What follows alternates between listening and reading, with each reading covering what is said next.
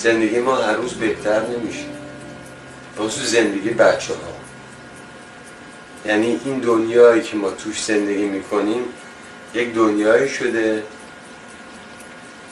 که در حقیقت راجع به این دنیا یک فیلم خوشبینانه ساختن یا باید کلاهبرداری باشه، حقه بازی باشه یا خیلی باشه. من یاد نگرفتم.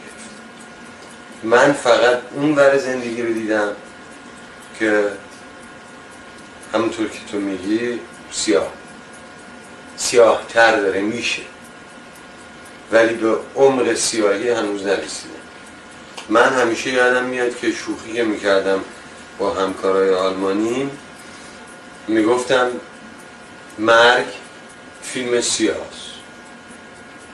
اصطلاح است دیگه، فیلم سیاه که میدونی که و اون موقعی که فیلم سیاه بشه یعنی خود من مردم. من سعی میکنم اقلا از این راه هنوز یک نقی بزنم که مردم بد دارید